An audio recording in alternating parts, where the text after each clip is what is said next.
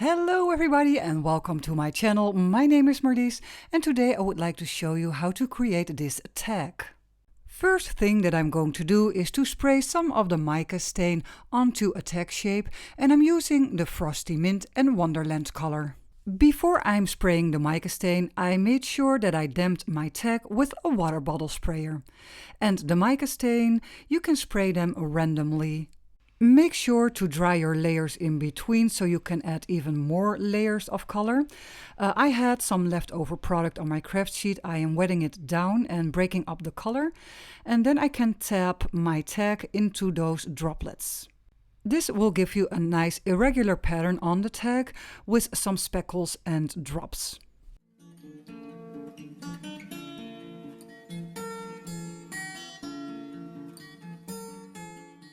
My next step is that I would like to work with the texture paste, sparkle and this tiny poinsettia stencil from Holtz.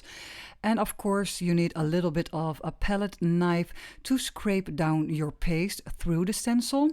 And I am going to push it through the stencil, angle my palette knife and scrape down so it will fill all the holes. After applying the paste, I will put this to the side and I will let it air dry, so no heat gun needed, just air drying, and then you will have your hands free to work on something else. Here you can see a close-up of the wet paste. And this is the paste when it is dry. You can definitely see the beautiful sparkle. I have my lights on, so when you turn the tag you can see the shimmer. I really like the effect. And we can still make that effect better. And I'm going to do that with adding some crayon on top of the raised areas. I am using the Crayon Gathered Twigs. And I'm going to add it to those raised areas and then smear it out with my fingers, a little bit also more into the creases, and then the pattern will pop up. Now that the background is done, I can focus on a focal point. I need some papers for that, so I'm going back in with the Frosty Mint and the Juniper Berry. I am going to spray it on some watercolor paper. My embellishment will be like some flowers, bouquet flowers from Holtz, a die set. So I need some papers in a similar same kind of way color scheme, and that is also the reason why I chose a darker blue to create that. It is also nice just to have some papers laying around ready to get going, so when I get in my products I make these kind of sheets all the time, so I have like a stash that I can use right away. I'm going to dry this sheet of paper, but not in total. So some drops, some colored inked drops, I will leave on there and then use a kitchen towel to pick those drops up.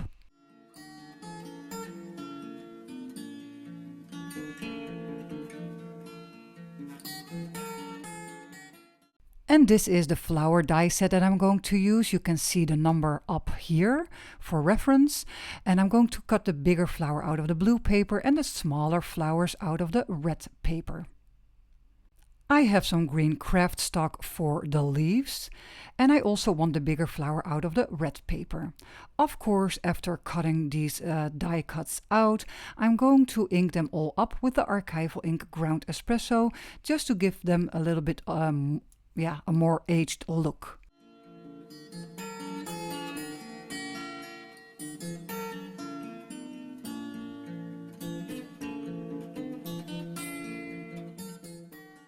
To give all my parts the same shimmer, I'm going back in with the Frosty Mint and spray a little bit on top, so that when I assemble all the pieces, they all have the same shimmer when you look at it.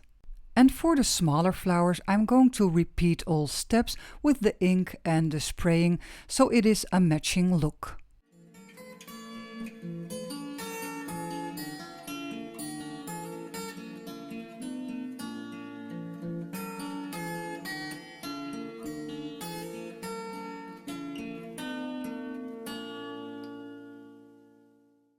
Now that the parts of the flowers are ready and they have dried, you can glue them together.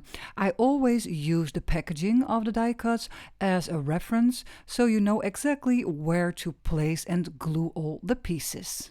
When you have these small pieces of paper parts that you need to place, I am using tweezers just to keep them into the right spot.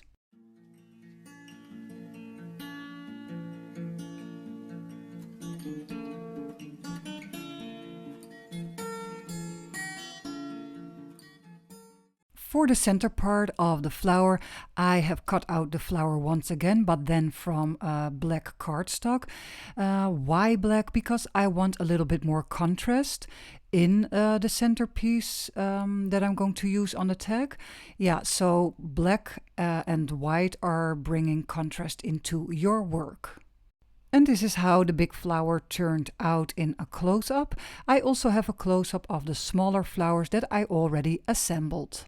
I will put these flowers to the side and will focus on the leaves. So I got out one of the sanding discs, and the beautiful thing about the craft paper is that you can sand down the top layer, so you will see the brown craft layer underneath.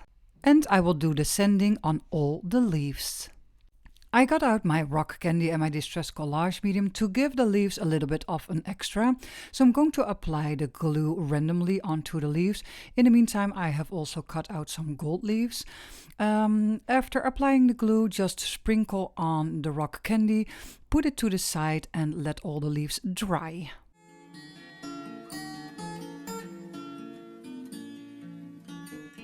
While the leaves are drying, I can focus on the next step, so I got out my Distress Ink Uncharted Mariner, and I'm going to work with this stamp set, the Ledger Script stamp set from Tim Holtz, and I'm going to create a little bit more interest in the background of my tag. I will just use small areas of the stamp because I do not have a lot of space in the background of the tag.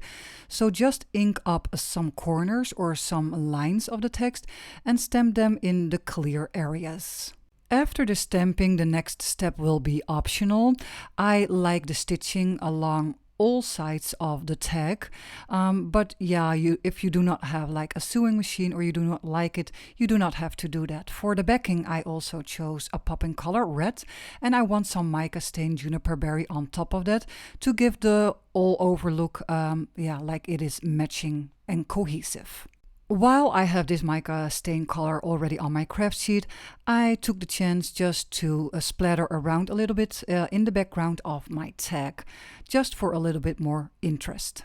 Time to glue those two parts, the backing, the red paper, and the top layer, the tag, together. So I am just going to glue the tag down. The backing paper does not have the perfect shape yet, but the gluing part is just step one. Let it dry properly, maybe in between a big pile and stack of heavy books, and after drying you are ready to go and cut it into the right size.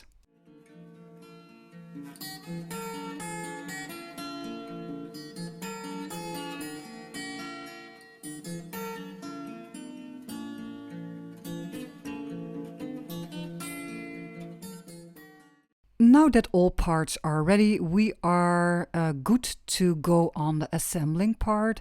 So I have some foam tape over here. So I will have a raised big flower in the middle of my tag. Just remove the backing paper and place it in the center of the tag. The reason why I am using a thicker type of foam is that I will have some extra space underneath those flowers to add even more layers, because you can already see on my table I have some pieces of mummy cloth and a natural material, and that is what I'm going to use to fill up some gaps and create some extra grungy layers in between those flowers and the tag. Now that the flowers are down, we can use those leaves to make it more interesting. So I'm going to line them up, two pieces together, and we'll place them around the biggest flower.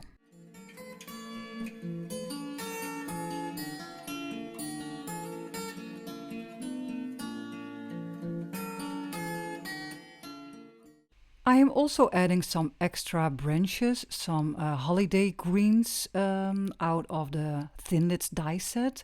They had the same treatment. The first layer was a green paint, the second layer was the glue and the rock candy.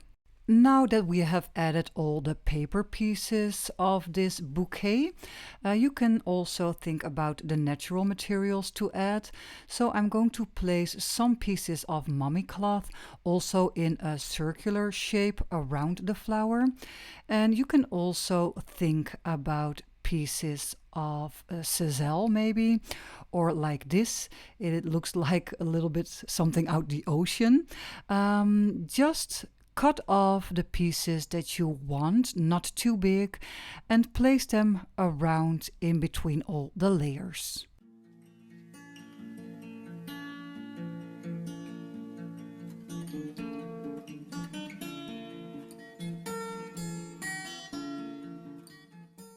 And this is how my focal point turned out. I like it, but I think I could use some extra like this, like sisal, a little bit more of a chaotic adding, because it's going to jump all kinds of ways.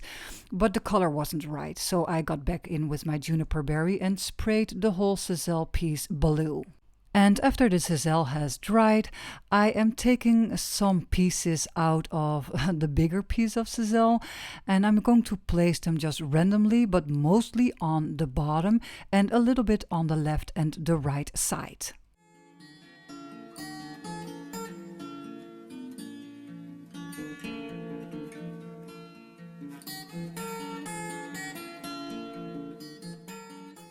While the sisal was still out, I thought, okay, I'm going to use the same material on the top, and I have added a little piece of a string in a neutral color and also a piece of chiffon that was already colored into a green tone.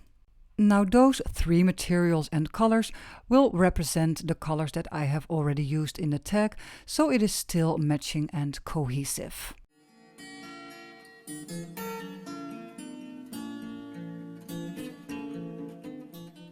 I also would like a quote on my tag, so I got this stamp set out, Christmas Time number 3, and my ground Espresso Archival ink, but the stamp is a little bit too big for this tag, I think, so I'm only going to ink it up partially. Only the words best wishes.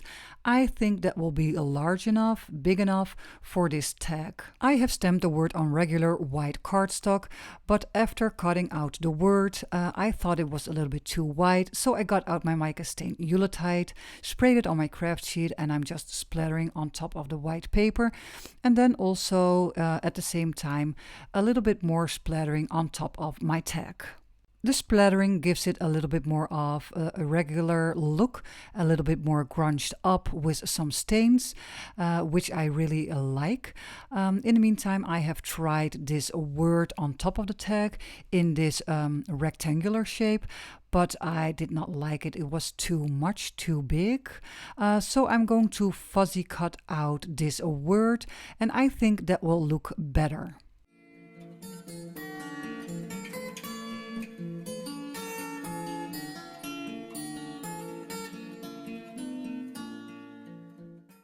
Last step is to place the word down. I have used the foam 3D tape again because I want the word best wishes to be raised.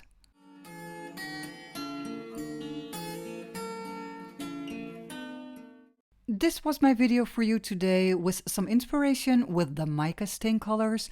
I hope you liked it, got some inspiration out of it. When you do, please like, subscribe or comment down below, or check out my personal links in the description box. Have a nice day. Bye!